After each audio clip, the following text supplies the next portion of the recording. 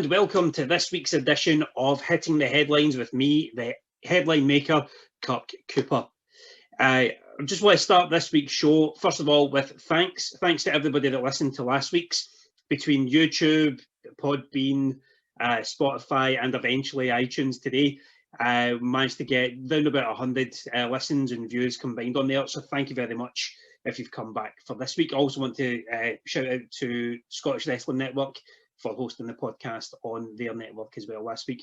Hopefully the correlation with them will at one point lead to me getting booked over in Scotland so that I can show the guys and girls that I grew up with that at 35 years old I am having a bit of a mid-30s crisis and becoming a wrestler. I'd also like to go through a couple of apologies as well. First of all, I would like to apologise to Bobby Diamond. Now, if you listened to last week's show or watched it on YouTube, when we were having the promo rumble, obviously I was in charge of who was coming in and at whatever points. And because of Bobby's flamboyance, because of his delivery, because of the way that he can captivate an audience, I thought he's the perfect guy to bring in at number 30, which is why he was left till the very end. Unfortunately, it seemed like the internet was against him getting on and being able to cut a promo on anybody that was in the room at the time. And unfortunately, because it was taking so long, we had to... We couldn't get him on, unfortunately. So I did reach out to Bobby in the aftermath of it. I said to him, that he could come on this week if he wanted to, which he declined. But Bobby, if you're listening, which, going by your reactions last week, you probably won't be, the offer still stands. The offer's here if you want to come on at any point in the future. Just let me know. No hard feelings. Wasn't intentional. But just make sure that your internet connection is a lot better than it was last week. The second apology as well is to anybody that follows me on Twitter at Kirk Cooper HM, if you're not already doing so, because on Sunday night during the Royal Rumble, I was just basically having a stream of consciousness into the ether, tweeting about the Royal Rumble. I think there was probably more tweets from me than there were entrants in both Rumbles. Just talking absolute nonsense throughout it to no one in particular. But tonight I'm going to be joined by two of the Titanic Wrestling roster to talk about the Royal Rumble, and will hopefully speak a lot more sense than I was tweeting. So with that in mind, the first person that I'm going to bring into the chat this evening is the winner of last week's promo Rumble, and that man was the Huntsman, Eli Fox. So he should be joining us hopefully soon. Eli, fella, how are you, mate? Well, Kirk, what's happening? Not much, man. Just reminding the listeners before they came on there about your epic victory in last week's promo Rumble. A week on from then, has the excitement and the adrenaline from your fabulous win worn off? Still going, still celebrating to this day, Kirk. You're giving it the double gun salute there. That's a mighty fine pair of weapons. Double guns. I only keep these reserved for the most special of occasions, being on your podcast, being one of them. Still hyped from the Rumble. Actually rewatched the Rumble in preparation for this very event and got even more hyped because there was stuff I seen the second time. So let's get into it. Good. We'll keep that under wraps for now. And joining you to discuss the biggest headlines this week on the aftermath of the Royal Rumble is one of the newest members of the Titanic Wrestling roster. It's Tommy Fierce. Tommy, how are you, fella? Once your audio connects. The dramatic tension. I know. I need to get that timing better. I need to get it better. Tommy, can you hear us? Yes, I can hear you. How are you?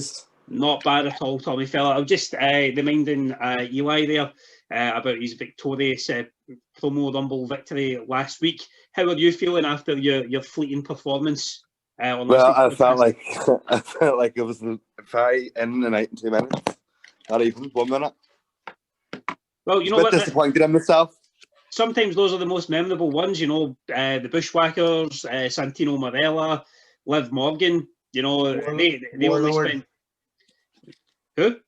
Warlord Hogan put him out, I think, in about a second.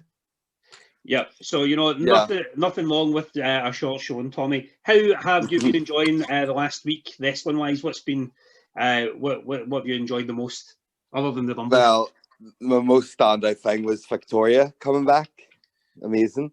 Also, too, Edge winning the Royal Rumble was really good. We'll keep your powder dry for a minute, because we are going to get into talking about that. Now, the first headline, we're bringing this back to the original concept for the podcast this week, which was me discussing the biggest headlines and coming up with shit puns for those headlines. So the first thing we are going to talk about, the first headline is, on the edge of glory. The Royal Rumble this weekend saw a veteran of WWE come back and win the men's Royal Rumble, and probably the brightest new star in the company become victorious in the women's Rumble. I'll start with you, Tommy. Tommy, which of the Rumbles did you prefer, and do you think that both winners were warranted? Yeah, so Women's Royal Rumble, I knew going into it, I had a funny feeling Bianca Belair was going to take it anyway, from just obviously from like previous months, she was going to take it. But it was an amazing Royal Rumble. The returns were absolutely amazing. I was actually so shocked by who actually did come back. Mhm. I just didn't expect to see Victoria return to WWE. Like, she was so close to retiring, and the next minute she's walking out. Alicia Fox too, about time she come back. Mhm. There's so much good things in it. Billy Kay, Jillian Hall. And what do you think? Obviously it was Bianca Belair that was victorious in the women's Rumble. What do you think of Belair in general, and where do you think her path is now going to go? Obviously she's going to WrestleMania, but Yeah, how do you think I what feel twists like and turns she's are going to gonna. be on that path? Well, originally thought she was going to go straight for Sasha Banks. Mm-hmm. But now I'm looking at it, I'm like, Asuka isn't really doing anything at the moment with the Raw Women's Championship. And then I'm like, is like Charlotte Flair going to take it off Asuka, and then her and like Bianca go head to head at WrestleMania? I don't know what's going to happen, but I would love to see her and Sasha Banks, like two people of color, obviously headlining WrestleMania. But I do think they're going to sneaky Bayley in there too somewhere. Yep, I was actually quite surprised how early Bayley went out. I don't know about you, Eli. Like, what were your thoughts on the women's Rumble? It was the best Rumble they've ever done. I loved it. As Tommy hitting my point there, seeing Victoria come back popped me, because she would have been big when I was watching wrestling flat out. Absolutely the right winner, but I did have my money on Rhea. Mm-hmm. I thought Rhea was going to come in, and when she came in and she wrecked everybody. Like, when you come in and they all get a chance to lay into someone, I thought out of everyone there, she looked like she was just going to kill everybody, and I was like, this is great. But still happy with Belair winning it. Love seeing Tori Wilf. I love seeing Tori. I was like, Tori. Victoria. Tori. It was the right amount of new stars versus getting a pop from someone you haven't seen in ages, because the whole point of the Rumble is you're going to see a few old faces, but you want to get the new people over. I loved it. Loved the women's Rumble. So Were I you thought it was. Were you surprised that there weren't more NXT girls in it? Because I was fully expecting, the likes of Rachel Martinez, Rachel Gonzalez, Candice LeRae. I thought she would have been a shoe in to come in there as well. That there was a lot of people that I thought maybe would have appeared that didn't. Obviously, Maya Yim didn't, because the COVID situation and whatnot. The thing I thought honestly it was going to be most of the main roster, a few not oldies, but a few from back in the day to get a nice pop. And then, as you said, Isaac, it's bound to be at least a handful from NXT that no bother you could pick and would fit in perfectly. Probably maybe the reason they didn't do it is the big stuff planned for NXT, and they don't want to ruin the run. Maybe there was no real reason for them to be there, because was it last year or the year before they were like, we're invading and we're the number one show. There wasn't a reason really to have NXT. Why waste them just for the sake of throwing them out of the Rumble? At least you had the right. I still think you had the right balance. I don't think you were missing anything with NXT personally, but and then conversely, obviously, there was a lot of, although there wasn't a lot of the NXT ones, there was a lot of newer talent in the women's Rumble. But when it came to the men's Rumble, you've got the two oldest hands coming in at 1 and 2, with Edge going from the number 1 spot to winning the whole thing. Do you think that was done at the expense of perhaps giving one of the newer guys or one of the younger guys a rub, or do you think Edge going over and that was the right choice? Tommy. Oh, Tommy. Oh, I do like Edge, and I'm glad Edge did get a chance to shine, especially because he did come back last year and obviously got injured really quickly. So I did like the fact that he did come in and win the whole thing. Yeah, I did like that, but I do feel like it should have been. I feel like Damian Priest done an amazing showing. Yeah. Also, I think he was amazing. I would like to see him win too, but I am really happy that Edge did win. Like, I have to say. What about yourself, Eli? What was your feelings on it? Big Edge head from again back. I signed old with these quotes back in the day, but he shouldn't have won it. Like Nope. I love. Like I would have preferred the heartbreak of coming in at 1, maybe get him down to the last 6, nail biting where you really don't know who the last 4 will be, because that's the big bit of the Rumble. Who's the final 4? I'd have tossed him out 5th or 6th before I went, and just because, as Tommy said, he came back. He had the unreal pop. We all cried last year when he came back and he seen the emotion. But I'm like, no, there's younger people. Not better people. There's younger people. There's people more deserving of a Rumble win. And again, I'm not upset, but I'm like, where Keith Lee should have won that Rumble. I know he was off because he's with Maya and COVID. But I had picked Keith Lee to win it or someone, but no, it shouldn't have been Edge. Do you want to be nice? Would have been Edge and Christian and 4 others who were in the final 4, and Edge maybe getting eliminated. Christian saves him by throwing himself over the top, or we're getting in the way of someone, and then Edge gets eliminated, and both of them go out together. That way, you could have had a nice Edge and Christian moment, and then just put it to rest. He shouldn't have won. I really enjoyed the way that the Rumble built. I think that there was no wasted talent in it. Everybody came in and either had a storyline thing that they picked up on, or everything kind of made sense in the order that he came in. The only gripe that I had with it was, and I know why they did it. I know why they did it, but having Orton be injured for so long on it, and then coming back in at the very end, I thought, they could have had Orton being a bit longer. I know that the start of the Rumble, I thought that was really inventive, the way they did that, where Edge and Orton just started battling each other before the Rumble even began, going around, getting the chairs and the announce desks and all that kind of thing involved. But I just think, especially as well, there was no mention of the Fiend, no Fiend stuff. Nope. Orton involved. And even Alexa Bliss in the women's Rumble, she was in for 30 seconds, and then the Ripley toughed her out. She was about to transform and raid us for right before she even got to. Yep. So that would be my only gripe, is that the Orton thing could have been maybe done a wee bit better. I can see why they did it, but I think they could have done that. But I don't have any complaints with Edge winning that. I think I agree with you on the point where you said it was a very useful Rumble, because sometimes in the Rumble you'll get 1 or 2 rivalries that are happening, and then you get the big thing that the Rumble's built around. But it seemed this year everyone got a slice of the Rumble pie. So everybody get, sometimes you get people, was he in the Rumble? He's been eliminated. I didn't know he was in. This year, everybody was sort of got that wee moment, which is hard to do when you have 30 people coming in, people all this here. But I thought everyone got a nice, this is your couple of minutes, get something over. This is the main, but I was like, it was an all-inclusive Rumble. And both Rumbles were like that. And I was like, there was no waste of a person, no waste of a space. Everybody, I thought, got a good run. And the way that certain people in the Rumbles, in both Rumbles, were used, takes us on to the second headline, which is all about the comebacks that happened within both Rumbles. And the headline for this one is Born Again Christian. Christian coming back was probably the highlight of the Rumble for me. It certainly popped me. I've been a big Christian fan for as long as I can remember. And even, I can remember even after he had to retire, or when he'd had one of his concussions and he came back and he had to change his moveset, he had to change the way that he did stuff in the ring. I kind of took that on board as, being an older guy coming into wrestling, to study what he was doing, what he changed so that he could be safer for himself, that kind of thing.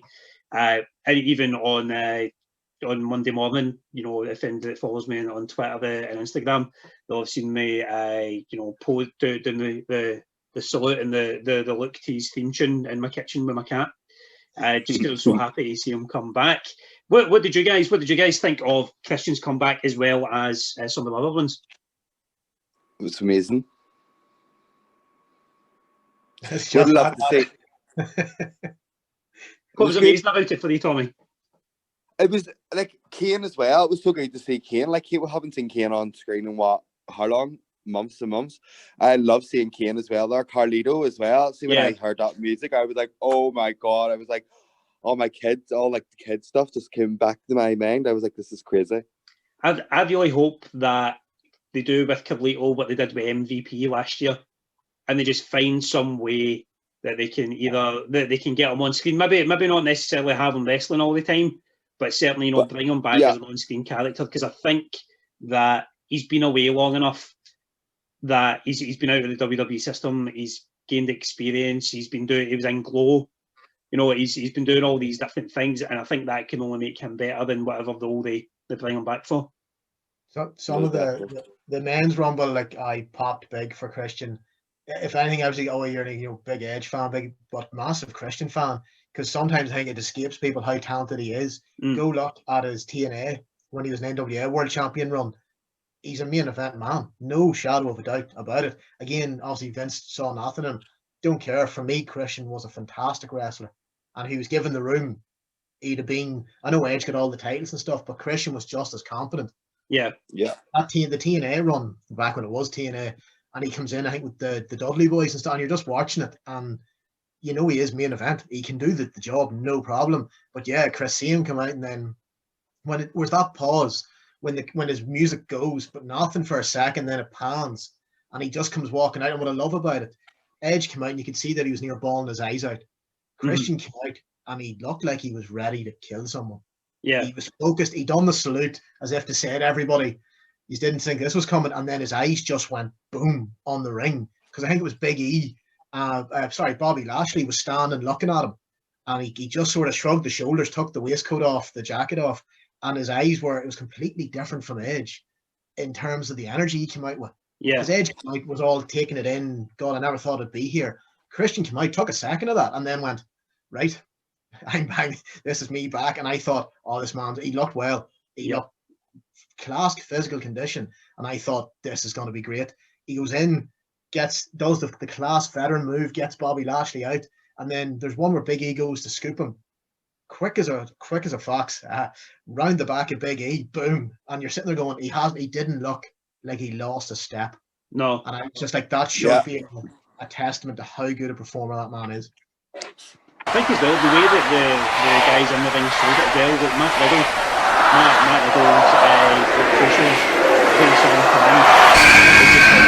I think Riddle had a really good showing in the Rumble. And that also kind of culminated with Seth Rollins coming back. I know he's not a massive return because he's only been away for 2-3 months, but it was still good to see Rollins come back, and knowing there's a wee bit of history between those two, seeing them actually square off. I really enjoyed that. I love the exchanges between Riddle and Bryan, because they beat 7 shades out of each other. They were just, I thought this, if you kind of wanted to get that crossover UFC fight audience type feel, that'll be the two men you'd want to put in a match against each other. It kind of reminded me of the who's the Lethal Weapon, Steve Blackman, versus Shamrock, where it was it's not really wrestling. It's these two guys are just gonna lump into each other. And the bit where the camera pans towards Edge, and he just looks up and he hears Christian's music, and he just gives a half crease smile, because he was kind of going, everybody at home was just going, yep, that's how we feel. This is great. I don't know if you would have picked up on it as well, but just that, when Sheamus comes in as well, he goes straight for Christian, and you just hear him going, welcome back, fella. It's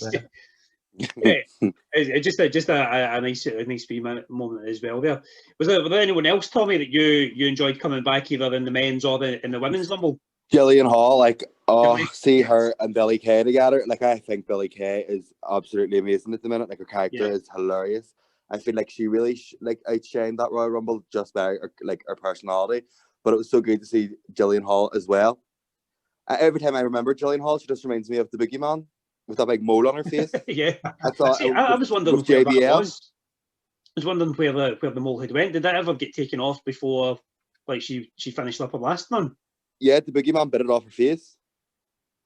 I think I vaguely remember that. That was the little bit of time in SmackDown where I wasn't really paying much attention. Yeah. Just as you said, Tommy, Billy Kay again, outstanding. Just her character is with hilarious. Chelsea, with the tank and with Shayna, and then was it when I think it's when Shotzi gets eliminated and Billy's sitting at the announce table with the headphone on, she just looks at her and goes like that there as if now never wanted it. She was fantastic for not in the match at the start. She's one of the most entertaining women on that roster by a mile. Yeah, definitely. And you were mentioning earlier as well, Tommy, about Victoria coming back. What, like you said that was your favourite. What was it about Victoria's appearance that made you pop so hard? Because I knew, like, I obviously watched like a lot of interviews, so like I watched like a lot of interviews with Victoria, and she was saying like she would love to come back to WWE just one more time, but they haven't offered her, to haven't like reached out to her, and like this is the third Royal Rumble for the women now, so I did expect to see it the first time. Then there was like a rumor that she was coming back last year. Then there was like a fake printed, obviously it was like a fake thing of like her entrance. Mm-hmm. So it was like all these rumors, and then when I was sitting there and I just heard "I'm delighted to mess with," I swear I literally stood around my living room and started screaming. I was like, no way. No, she was a great addition to it, and it made me kind of think, and I was thinking the same about Natty as well. Like when she came in at 30, you know, Victoria and Natty, they're probably, I like to refer to it as, like myself and you, we're in that age bracket where the generation before us knew what hard work was, and the generation after us have got all the opportunities in the world, and we're kind of stuck in the middle, not knowing what to do. I feel that the likes of Victoria and Natty in particular, when they were in when they were in the Divas division and whatnot, they were stuck in the middle of a generation that was just brand panties, matches, pillow fights, all that sort of stuff. Yeah. And then the NXT influx, the Four Horsewomen, all that kind of thing.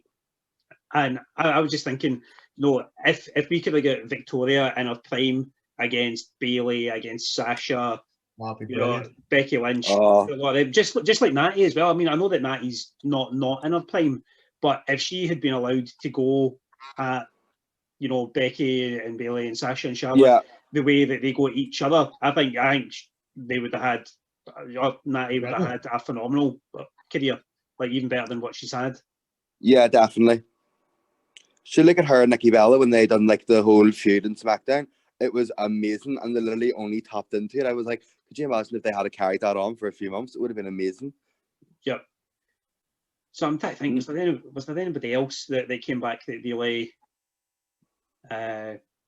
kind of like stood out? I think we kind of covered them all, like Victoria, Carlito, Christian, Jillian, Tori, Kane. I was reading the other day there as well that Kane's appearance fee, he donated it to a school or some sort of charity thing. Nice. So he's not such a monster after all. Now before we get to the next headline, I just need to read a word from this week's sponsor. They've asked me to deliver it in a certain way as well. So here goes. Ruffalo, Wahlberg, Hamill, Rylance, all of them accomplished thespians, all of them award-winning actors, all of them named Mark. And all of them have teamed up to help you, the wrestling trainees who listen to Hitting the Headlines, deliver marginally better promos on your rarely viewed Instagram stories. That's right, the Marks are handing down unbeatable acting advice, marvellous monologue tips, and stunning soliloquies that you can ignore, just like you ignore your coaches, as you stutter aimlessly down the barrel of your grainy-cameraed smartphone. Get 15% off the all-new The Marks app with offer code I'm a Shite promo, all caps, on your usual app stores. Separate the callous Mark Calloways from the Mark Paul Gosselaars and become a Mark for yourself, because you're going to fucking do it anyway. So on to the next headline, which is That's Just Champion. What did we think of the championship matches that happened on the Royal Rumble, guys? Tommy, I'll come to you first. What did you make of the way that the show kicked off with Drew McIntyre defending against Goldberg? I'm not going to lie. I was a bit disappointed with the match. Every time I see Goldberg, I just feel like he's just coming to do a 1 minute match, take a few moves, and that's it, and away he goes. It's like, don't get me wrong, like, obviously I did think that he was going to win the title for some reason. I don't know why, but I just feel like every time he comes back, it's like Claymore, Spear, and then it's always the same. It's never like a match. It's just like kicks, punches, moves, and that's it, done. Yep. There's no like a lot. It's not like a long match to like build in and invest in. It's just literally like I was just waiting for like when the next Claymore was going to come or when the next Spear was coming. I was just like, this is just so predictable. I think you're right. It was predictable, but I think having Goldberg try and go any longer than 5-6 minutes in a match, just not going to happen. I mean, you look at the Saudi show where he nearly killed Undertaker. Yeah. You know, fair enough, he concussed himself within a couple of minutes of that, but he was blowing at his arse. And I think treating that match the same as they treated Drew v Brock at Mania, I think that was the right call for it. And the thing that I think made it interesting was that there was that feeling that they were going to put the strap on Goldberg, which, going by my Twitter timeline and whatnot, everybody was hating. And at the result of it, I don't know how many tweets I saw in a row that just said, thank fuck. No, yeah, definitely. What about yourself, Eli? What were your thoughts on how that went down? Massive Goldberg, Mark. So I love the whole that I don't care that his matches are only 3 or 4 minutes tops. That's his Iron Man. But I did have a feeling they wouldn't put the belt on him, because when we done it with Brock and he done the whole thing, he this big build up in this package that he's still the Goldberg from the 90s, early 2000s, where he can pick anyone up, he can jackhammer them. Mm-hmm. But I was like, Drew's doing too good a job. They know fine rightly that Goldberg's not fit to do it. Like, God love me, come out and he was wearing, I think for the first time I've seen him in like shorts as opposed to black trunks. As Goldberg coming out in the Hacksaw Jim Duggan shorts. Yeah, he was getting more close to to Bill Backlund rather than Bill Goldberg. Yeah. But as Tommy said, I wasn't expecting much beyond Claymore, Spear, Jack, kick. The usual what we expect. But what I really liked was they didn't put the belt on him, and I liked at the end that it was kind of a sign off, because he lifted the arm with Drew. Yeah. They whispered something to each other, probably thanks very much, love you, man. Because Drew said he was a big fan of Goldberg. I think that was Goldberg's passing of the torch. And because he wouldn't do it to Lesnar, because Lesnar didn't need the torch. Wouldn't do it to Taker. Taker doesn't need a torch. They are the torches. Yeah. But Drew, apart from beating him, because everybody probably was like, oh, Goldberg's going to lift the title. You could almost say Drew's beat the curse of Goldberg coming back and taking the title off you. Yeah. He's finally got over that one bit of the mountain that Lesnar couldn't get over. Taker, these legends were beat. Drew came in, took his lumps, kicked him in the face, and walked out looking 100 times more badass from how the audience feels, management feels about Drew, if that makes sense. Yeah. Yeah. I think that match will get management over more than it'll get Drew over on a booking side of things. Because we all know Drew's lethal. We all can see that he is the man for the job. Like, he's been leading the company through this coronavirus stuff from day one. But I think that was more to get people to go, oh yeah, they're booking stuff right. But it was nice to see Goldberg go out on his back. And if he leaves and doesn't come back, he can still say he had a class career. Yeah. So it worked. I thought it worked very well. You mentioned the C word there, COVID. I think as well, it was a wise move to have that match go on first and just have it be a short and abrupt match, purely because Drew's recovering from COVID. You don't know what you don't know how that's impacting on him. Just keeping him in a short match I think that was the right call, and I for one was glad that when it was all said and done that he kept the belt, because need to represent the Scots. Yeah, it was very. I thought it was a good conclusion, and it was nice to see Goldberg raise the hand, whisper, give him a hug, and as you said, Goldberg looked knackered. And I think it was kind of when Goldberg sort of went, "If this is the level of athlete I'm up against, only after recovering from this virus, I'm gonna just save myself, and I'll go out in my back. I'll give him the raise, and I'm done." And I think that was nice. Yeah. I think that's what you put that nice wee feel on the match. And conversely, the Roman Reigns versus Kevin Owens match, Kevin Owens, I thought that was superb. A lot of people were looking at that as being the toilet break match. I thought the two of them just absolutely went and battered each other. Tommy, what were your thoughts on that, in terms of the way that it played out?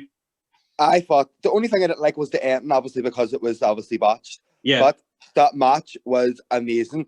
That golf cart spot and all, like that, it was just pure brutal. It was an amazing match. Like it was very on edge, all the time. Like every corner they turned, it was like they were getting paid free tables, they were getting free and off. It was amazing. Yeah, I really enjoyed it. You know what it reminded me of, Tommy and Kirk? It reminded me of, was it King of the Ring 2001? Shane and Kurt street fight. Yes. Just story, big spots that the go-kart, the swanton off the forklift. Mm-hmm. Everything. They look literally like two men trying to just kill each other.